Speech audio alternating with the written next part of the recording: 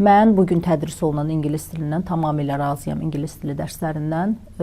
Səbəb də odur ki, hal-hazırda Təhsil Nazirliyinin qoyduğu standartlara müəllimlər bacardıqları qədər şagirdləri yiyələndirməyə çalışırlar. Dərsliyin daxilində həmin o buraxılışda tələb olunan bacarıqlar hamısı var.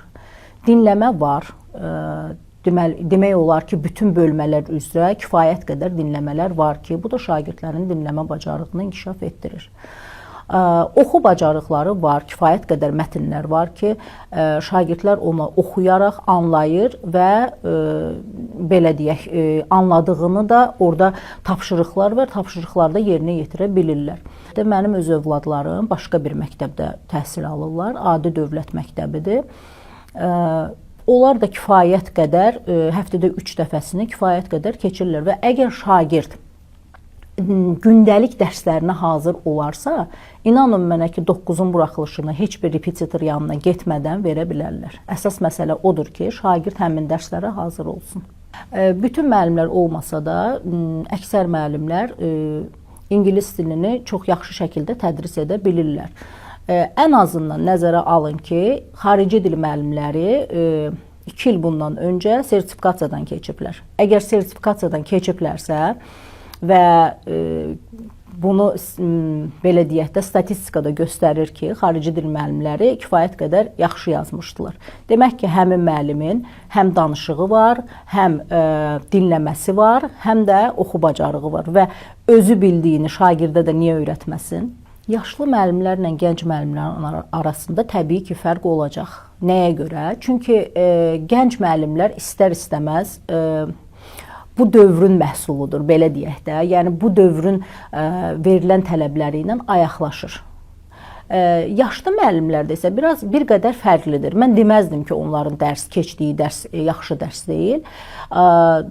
Deyək ki, həmin müəllimlər də çox savadlı olurlar və onlar da belə deyək də, yəni əsas dərslikdə verilən tələbləri şagirdlərə çatdırmağa çalışırlar. Və dərslikdə verilən tələblər də kifayət qədər yetərlidir ki, şagirdi normal bir səviyyəyə çatdırsın, belə deyək. İngilis dili tədrisinin saatları çoxalmalıdır. Nəyə görə? Çünki əgər biz bir şagirdin danışmasını istəyiriksə ingilis dilində, ən azından o hər gün o dillə qarşılaşmalıdır, o dildə danışmalıdır. Təbii ki, bu da ev şəraitində çox ailələrdə mümkün deyil. Ona görə, məsəl üçün, məktəbdə müəllimlə ünsiyyət saxlasa, şagirdlərlə, yəni 1-45 dəqiqə ərzində ünsiyyət saxlasa, mənə elə gəlir ki, bu daha yaxşı səmərəli olar. Daha sonra, məsələn, mən tövsiyə eləyərdim ki, başqa məktəblərdə də ingilis dilində mütaliələr olsun. Yəni, kitablar götürülsün müxtəlif, ola bilər aşağı bir səviyyədə, ola bilər orta səviyyədə kitablar götürülsün və mütaliələr olunsun. Bu çox gözəl effekt verir. Mən öz məktəbimdən bunu görmüşəm. Bəli, bizim dövrümüzdə artıq əvvəlki dövrlərlə fərqli olaraq, bizim dövrümüzdə artıq şagirdlər universitetə hazır bir vəziyyətdə olurlar. Nəyə görə? Ən azından dərslikdə həmin tələbləri, əgər müəllim tələbləri həyata keçirdirsə, şagirdlər həm danışa bilirlər, həm dinləmə bacarıqları olur, həm oxu bacarıqları olur, həm də qrammatik bacarıqları olur. Demirəm hamısında, amma hal-hazırda bu faiz yüksəkdir. Mənim fikrimcə, xarici dilin buraxılış imtahanlarına salınması doğrudur. Orada belə bir, yəni deyək ki, limit yoxdur ki, şagird məhz bütün fənlərdən yazmalıdır. Bacarır riyaziyyatdan, tutaq ki, Azərbaycan dilindən yazır və həmin şagird, belə deyək də, ali məktəbə yox, orta məktəbə, daha doğrusu, peşə məktəblərinə daxil ola bilir, ingilis dilini yazmasa belə.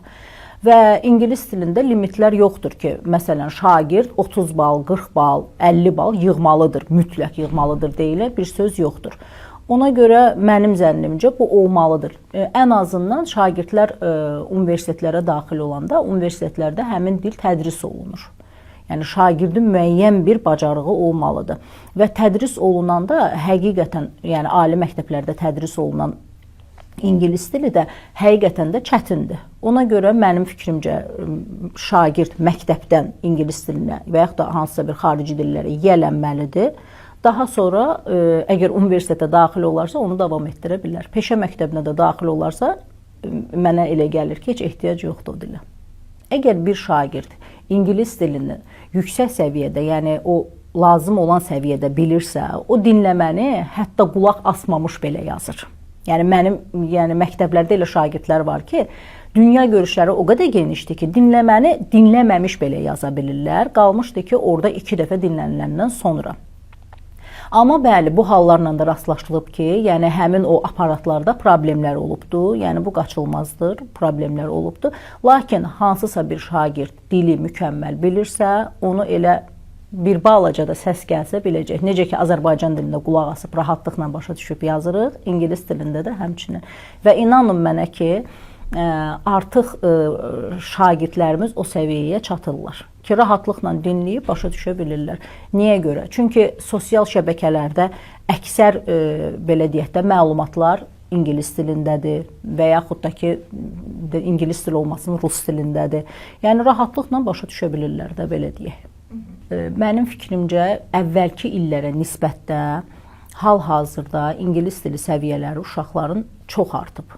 Birincisi ona görə ki, şagirdlər artıq fərqli şagirdlərdir.